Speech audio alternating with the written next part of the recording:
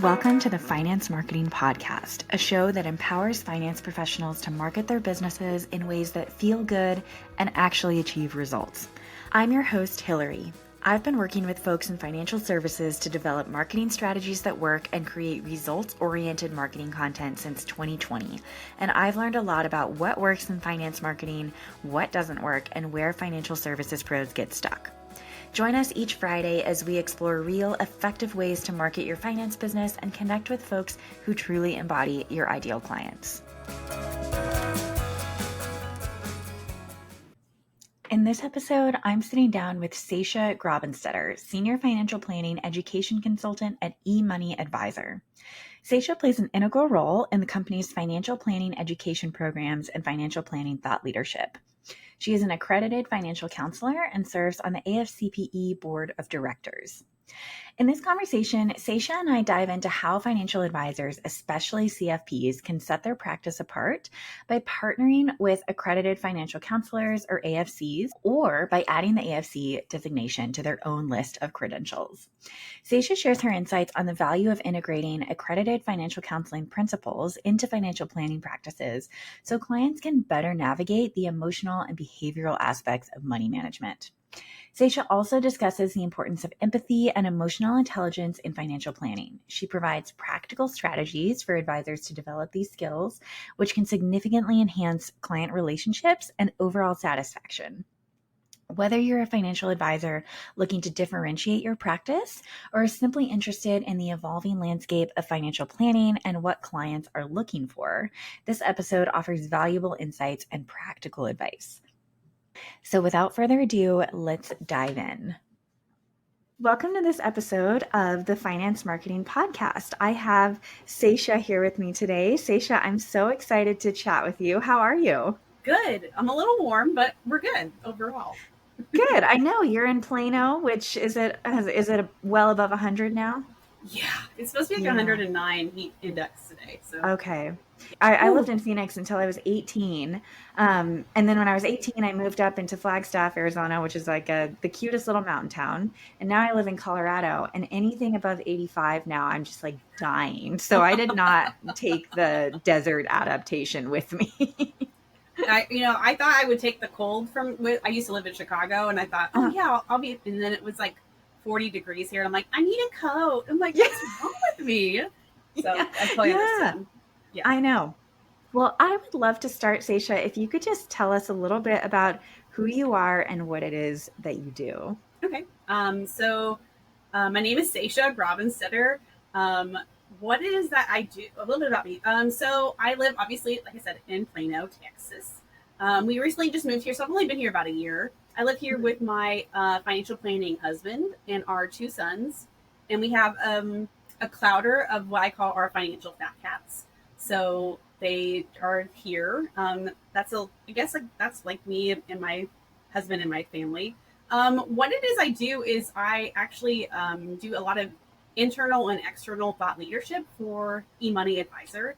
And so eMoney is a financial planning technology solution where we help build basically financial plan. We sell software for advisors to build their financial plan. So that's kind of what eMoney is. But inside of there, I do lots of, I run our continuing education webinar series. So I have somewhere between 500 to about 1,200 advisors a month who usually come onto our webinars and listen to other thought leaders, internal and external, like I said. But that's kind of my biggest piece of my job. And then I actually co-host a podcast with my colleague, Connor Sung. So we just started it just about a month ago. And it's been going pretty well. We call it Part of Advice Podcast. So those are kind of like the two large main things I do in my work. Very cool. Can I ask you a little bit more about the continuing education? Did you say webinars that you host? What kind of topics do you guys talk about? So it really kind of varies. We try to obviously differentiate it every month. This year so far, we actually just recently had Ashley Kwame on to talk about couples and money. So that one was fun. The month before that, we talked about planning with emotional intelligence. That's what it is. So the topics really range. But things that financial advisors seem like they're interested in. More recently, we've seen like a large shift toward like the financial psychology pieces, what we would call like softer skills of like financial counseling, things like communication, building trust. We've talked about life transitions. I've had people on for long-term care.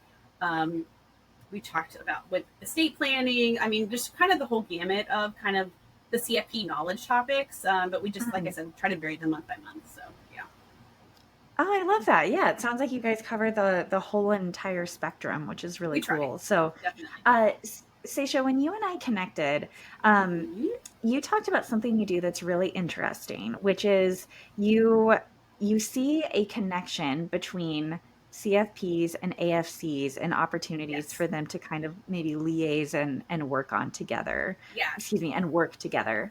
I would love if you could talk about that a little bit, where you see those relationships forming and having value for the clients that both these different Yeah. financial services professionals work with.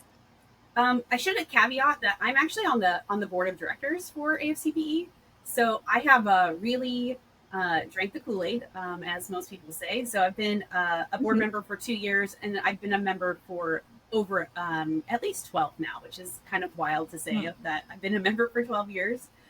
So I've really bought into this piece. I'm also an accredited financial counselor, so but I work with CFPs every day. In our financial planning group at eMoney, my big boss, he has a CFP, and a lot of our other colleagues do too.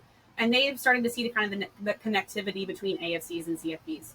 So I've actually talked about this before, and I really see that. I usually say that I think that CFPs are more like doctors. They're kind of there. They're like diagnosing things. They're helping fix things, and then I see the AFC as like the nurse practitioner in the Mm. office.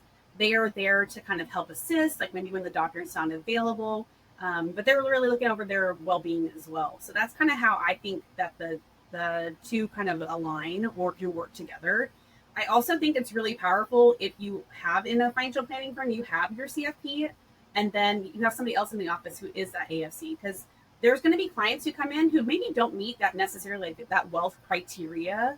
There is a Mm. large gap for a lot of individuals, but you could help them. You could start them in the firm, build that loyalty, to be quite honest with you, and be like, hey, look, you know what, maybe you can't work with you know John, but you can work with Sasha, and Sasha can really help work with you on helping with your budget, kind of where can we find allocations of money to put towards investing. We have the Mhm. financial planner come in and say, here's how we will invest this, like, whether it's a small or a medium, large, whatever amount of money it is, but help them, build that loyalty with the brand, with that firm, and then eventually maybe transition to the financial planner, or maybe they work in conjunction with each other because that's what needs to happen. So I think it's kind of Mm. a symbiote, is it symbiotic relationship? I'm thinking more like, so terrible. Like when Spider-Man gets attacked by, oh gosh, see, this is the silly things I talk about. When he gets attacked by, what is it? The black guy with the goo. Anyways, we'll get there. But like, they kind of attach to each other, and that's why I think that that's how I think that they work together. So that was a really long explanation. So yeah, No, that was so great. And I'm curious to dive into this idea more of how you see um, CFPs and AFCs like partnering together. And it mm-hmm. sounds like the example you gave of having one brand, one firm that has both types of professionals inside of it, right? And so Yeah, from my perspective, I'm seeing, maybe a CFP is starting his own firm or her own firm, and mm-hmm. then they hire an AFC to also come in and work as part of the firm as well? Or are there different types of ways that you've seen CFPs and AFCs kind of work together? Yeah. I mean, I have seen there are a very small number, and I will say very small, because when you look at like how many how many CFPs there are over 100,000, right? And then you look at Mhm. AFCs, and there's like somewhere between 2,500 to 3,000 of us. But Mm. there are like approximately like maybe 100 to 150 people that I know, that I've found, who have dual designations. So they're both. They're not only a CFP, but they're also an AFC. And those Mm. people, when I talk to them, they're really, like they know the technical skills, they know that knowledgeable side of the CFP, but they really credit the AFC as that, like, that piece that they really needed. Some people call them soft skills. I was talking to a colleague yesterday, they're like, no, it's actually diamond skills, because they are hard to learn. Things like empathy, emotional intelligence, building trust with clients, just being able to have those conversations and say, hey, we need to look at this from a more holistic standpoint. Um, yeah, that's where I think those individuals could do a really good job. But as for you're Yeah. asked about in the firm, I think that if you have a junior planner who doesn't have their CFP yet, let them get their AFC. Like, Mm, let them try it out. Maybe it's a CSR, somebody in the firm who can, maybe that they don't want to be a planner, because not all of us want to be planners. I was a person who didn't want to be a planner. So right. I wanted to help people get from the negative to the positive.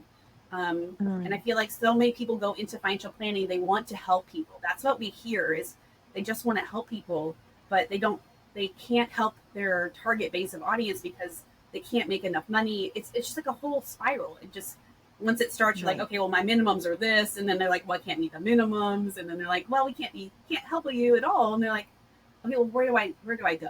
So they're not Yeah. super low income, but they're not super high net worth either. So it's just this very strange medium. So yeah, that's where I think they could work fit really well.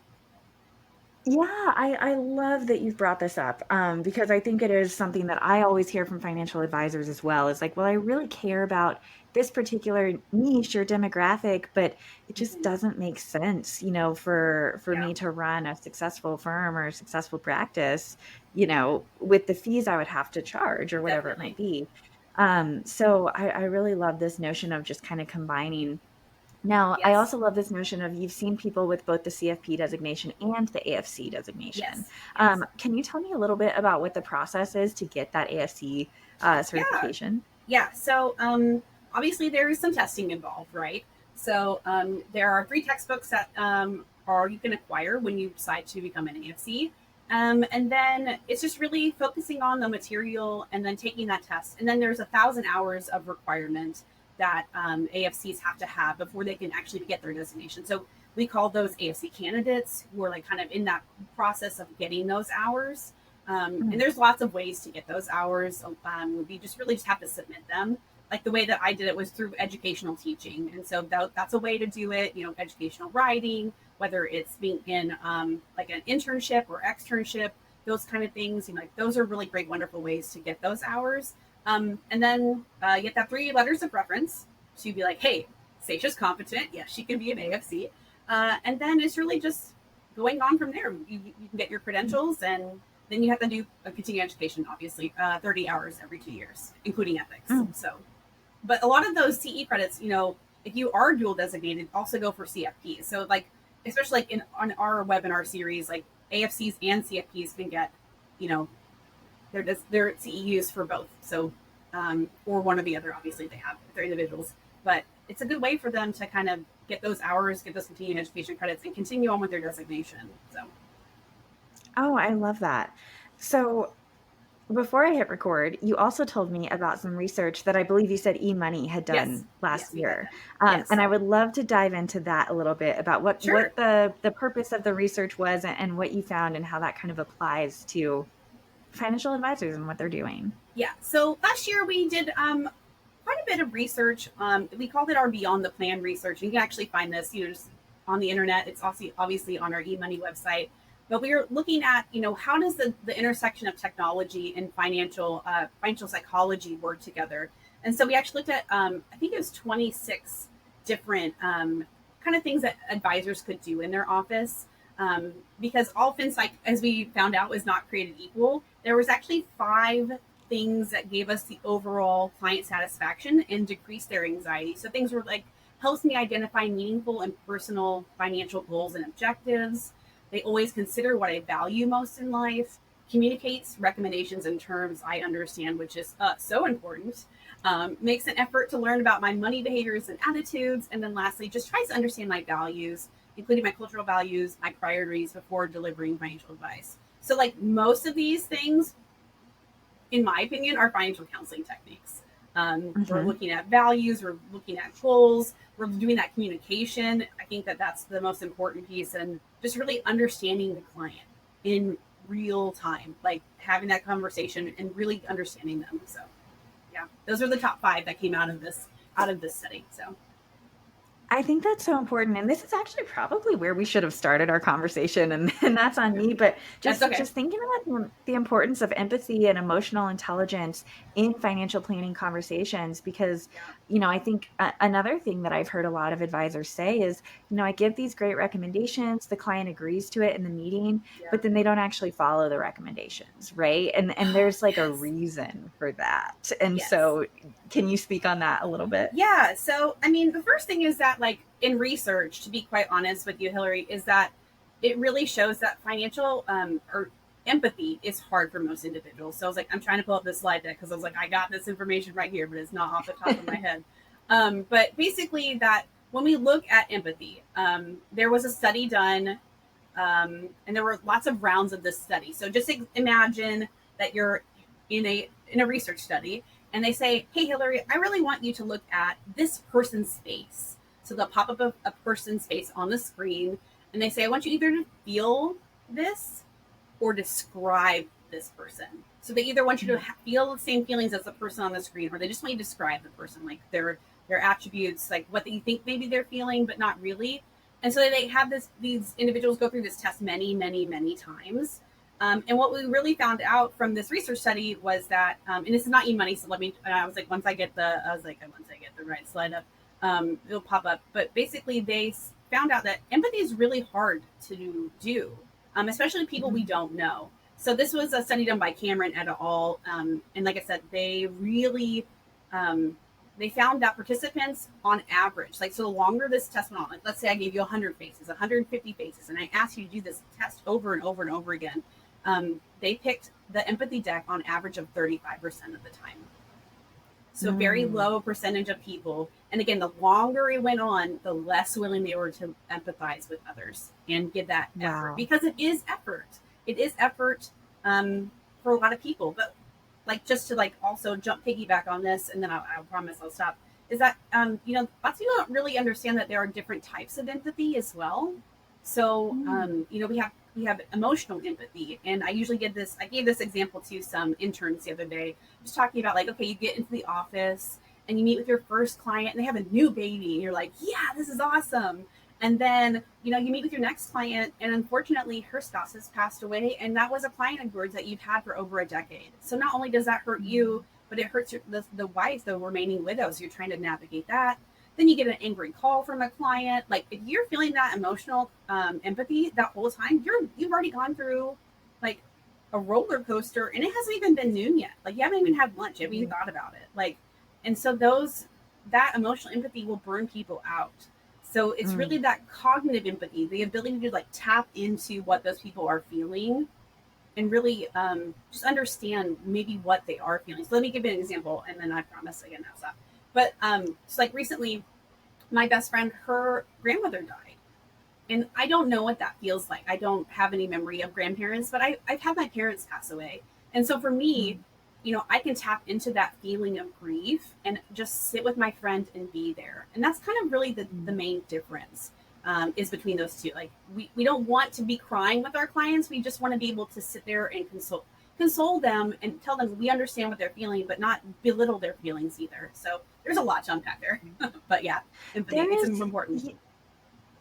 yeah, there's so much to unpack there, and I'm so glad that we're talking about this. And I'm actually a former teacher, and so I'm very familiar with this idea of empathy fatigue. And Yes, there's yes.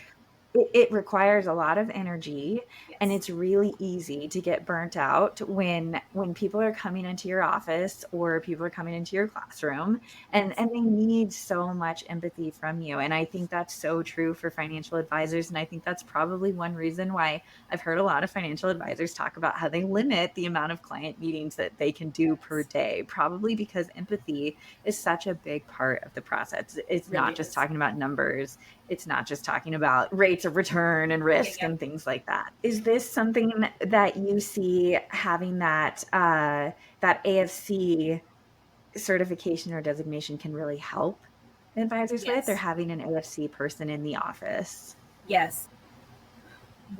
Looking at the AFC curriculum, I'm also working on a curriculum for pro bono financial planners and students, and just kind of realizing, like, how important empathy is in this conversation. And while it's mentioned briefly in the psychology of financial planning from the CFP board, and financial counseling and like the communication styles has been around for a long time, I just don't see it being pushed as much from that side.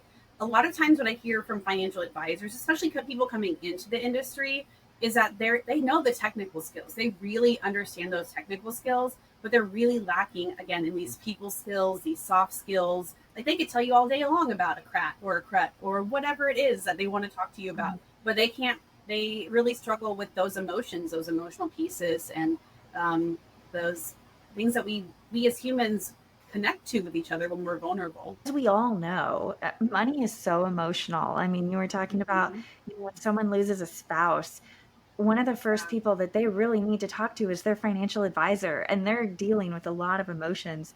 Do you have Yes. any tips or strategies or things that you can share around how you can either demonstrate more empathy or how you can prevent kind of that empathy burnout that we were Yeah. talking about?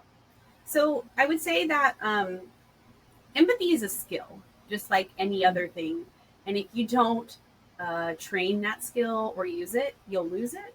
At least in my opinion, like there are some people out there who have wonderful empathy. They're just kind of wired that way, which is wonderful. But if you're not, if somebody sitting across your desk and they're crying makes you uncomfortable, you kind of need to check yourself. I'm just gonna be real honest. But like I think just being aware of your own biases and views is important when we're like practicing that empathy piece, right? Because, like I said, if that person is crying, like, and you're uncomfortable with it, have a conversation with somebody. Like, try to understand, like, why do I feel that way? Why does it make me uncomfortable when my client is crying?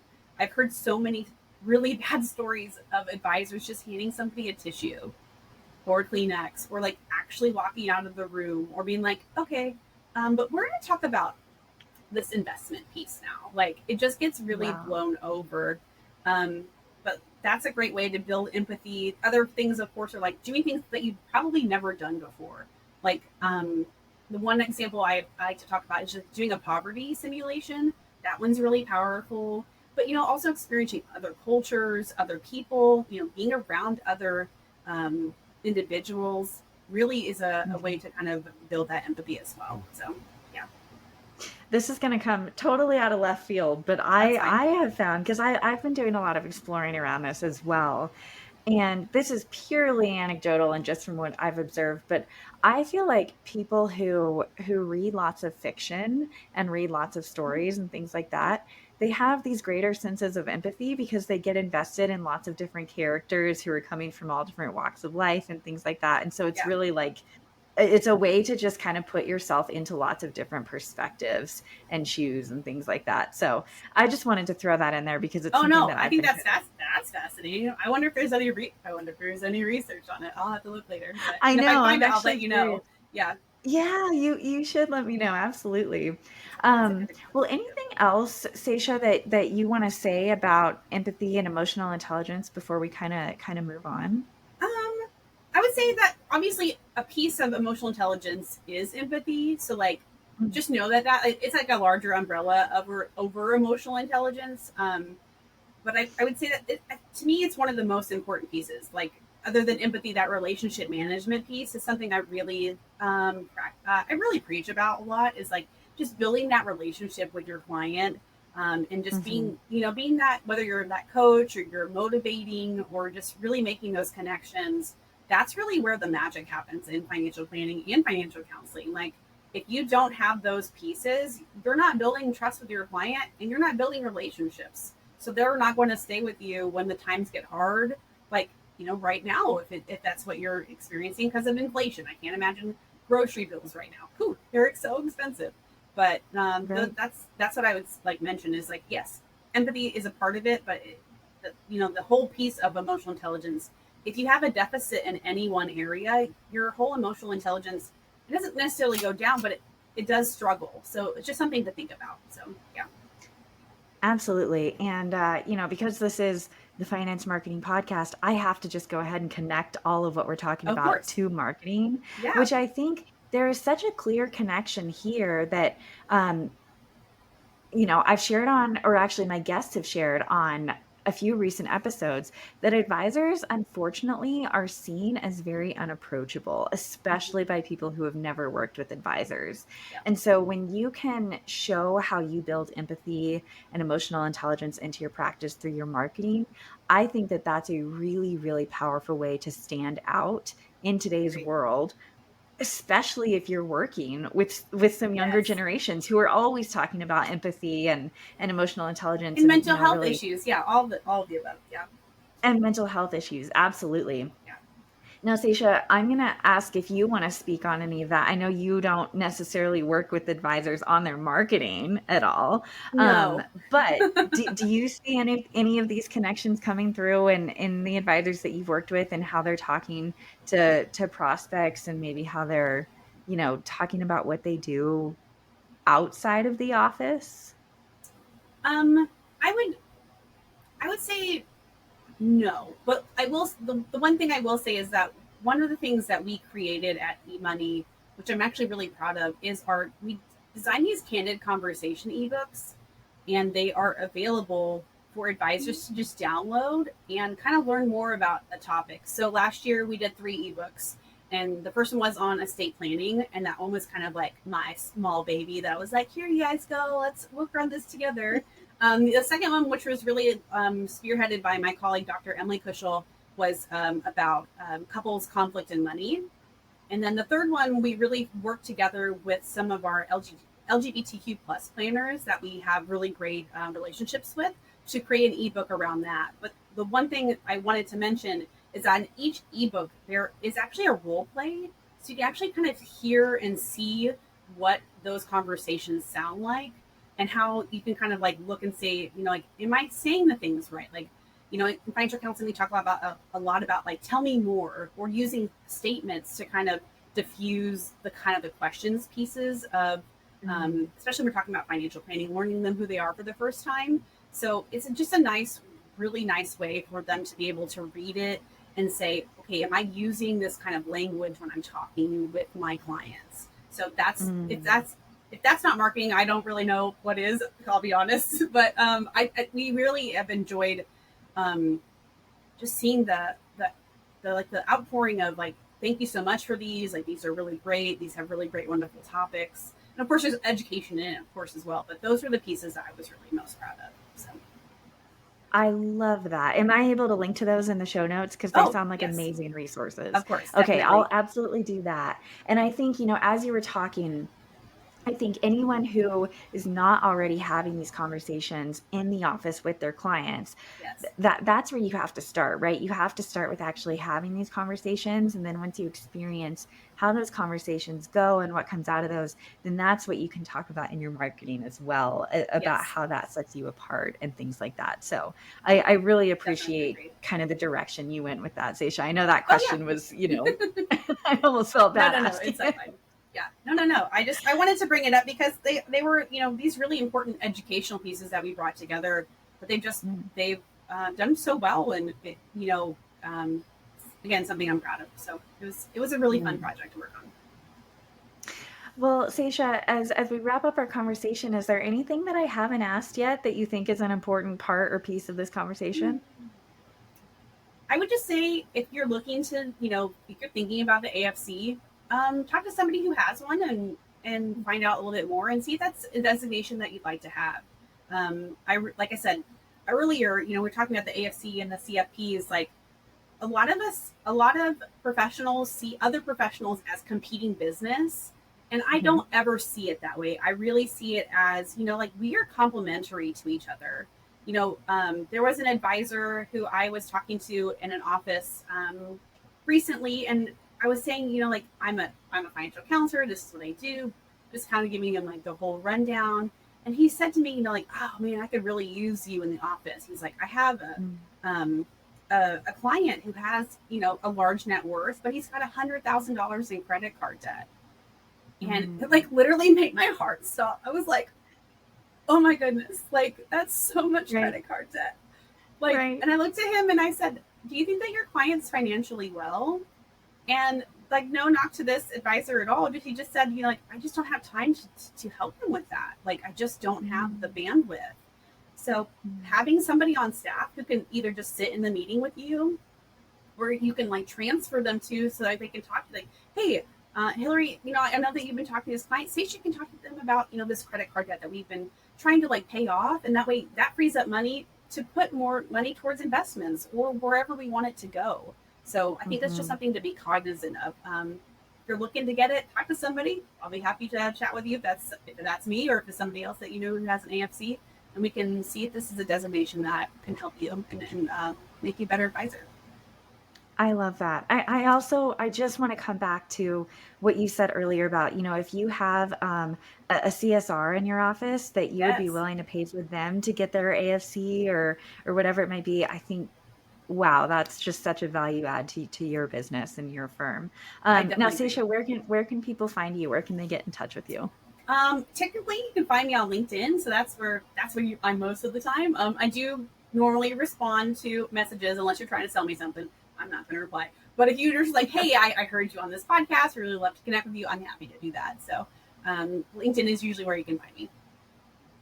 So the other place that you can find me is if you enjoyed my voice is we have our brand new Heart of Advice podcast, and that's again presented by eMoney, and I co-host that with my colleague Connor Sung, and the two of us really just talk to advisors, and we try to understand like what is at the heart of advice. We think it's really something that's personal, is deeply transactional. We just really want to understand where do you get your value from advisors? Like, where do the advisors kind of differentiate themselves? How do you do that?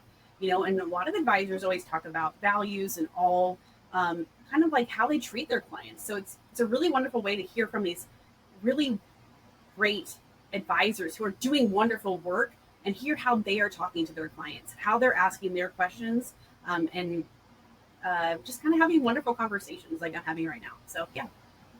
Well, that sounds like an incredible podcast, Sasha. I'm excited to listen to it myself. So I'll link to both your LinkedIn profile and the podcast in the show notes.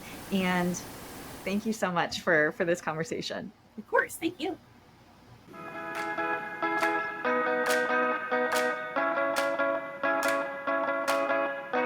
Thank you so much for joining us on this episode of the Finance Marketing Podcast. If you're eager to market your business in a way that feels good and actually gets results, sign up for the Finance Marketing Podcast newsletter in the show notes so you never miss another episode. If you liked what you heard today, please be sure to subscribe to the show on your favorite listening app and leave a review on Apple Podcasts. We'll see you back here next Friday.